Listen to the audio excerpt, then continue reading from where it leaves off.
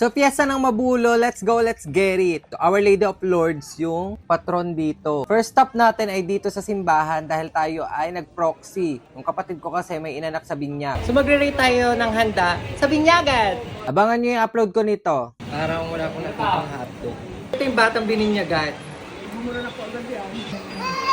Pwede na mag-anak ng 5. O bakit umiiyak?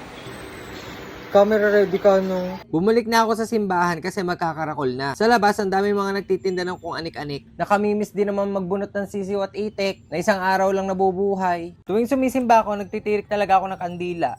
Every time na nandito ako sa loob ng simbahan na to, I feel home. Dito kasi nagsiserve dati yung parents ko. Halos everyday nandito sila. Sobrang laki na ng pinagbago ng simbahan na to. Simula noon, fresh flowers talaga yung ginagamit dito. Nasa sobrang ganda ay napagkakamala ng iba na fake. Our Lady of Lords ang patron saint namin dito. Hindi Saint Lourdes na paulit-ulit binabanggit nung host nung dance contest. Ayan at mag-uumpisa na after ikabit yung handles, inilabas na ang ating mahal na ina.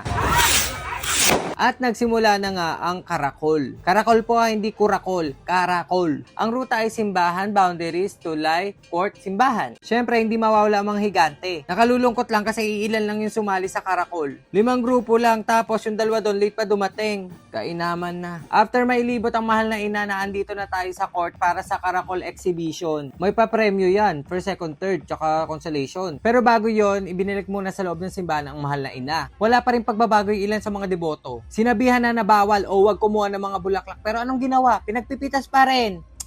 Taon-taon na lang talaga. Nagulat naman ako sa mga taong grasa na to. After 20 years, nag-champion ulit dito sa Mabuloy itong mga nakakulay ube na to. Pamilyar yan sa mga taga-Naik kasi dumadayo talaga sila sa mga piyestahan sa ibang barangay. Kaya ito naman yung third placer, Tropang Kubo. Kasi yung tambayan nila, Kubo. Aliw talaga tong mga taong grasa ng Naik. Consolation prize lang yung nakuha nila kasi isa lang yung step nila. Heto naman, second placer, mga flower pot girl. Oh, alam nyo ba reference nun? Consolation prize lang tong mga to kasi parang napadaan lang. Basta ang mahalaga, sumali.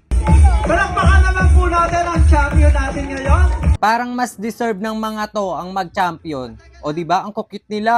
Sarap gawing keychain. Content creator din pala sila kaya i-follow nyo na. Siyempre hindi mawawala ang palma. Ang sarap panoorin, huwag ka lang hihinga dahil ikamamatay mo ang baho ng usok nito. Kung may hika ka, talagang ma-hospital ka. Nung mga bata ba kayo, naranasan yung sumuong na may karton sa ulo para hindi mapaso? Kung hindi toro, higante yung mga nangahagad. Pasukan naman talaga kapag ikaw ay naulan na ng apoy. May pagkakataon pa na corner ako. At talagang uulit pa. O, tinan mo, buti nakahilig ako dyan. Tuwang-tuwa mga meron. Crazy higantes talaga. Hindi titigil hanggat walang napapaso. Pero ito kasi isa sa mga nagpapasaya sa mga tao tuwing piyesta. Yung mga nakakasakit. Tulad yan, kawawa ang mga tao talaga. Basta ang mahalaga masaya. Kung ayaw mapasok, umuwi, magkulong sa bahay, sa kwarto. At natapos sa fireworks ang fiesta. Sa mga namiyesta dito sa Mabulo, nabusog ba kayo at maraming naisyaron? O siya, comment na and share this video.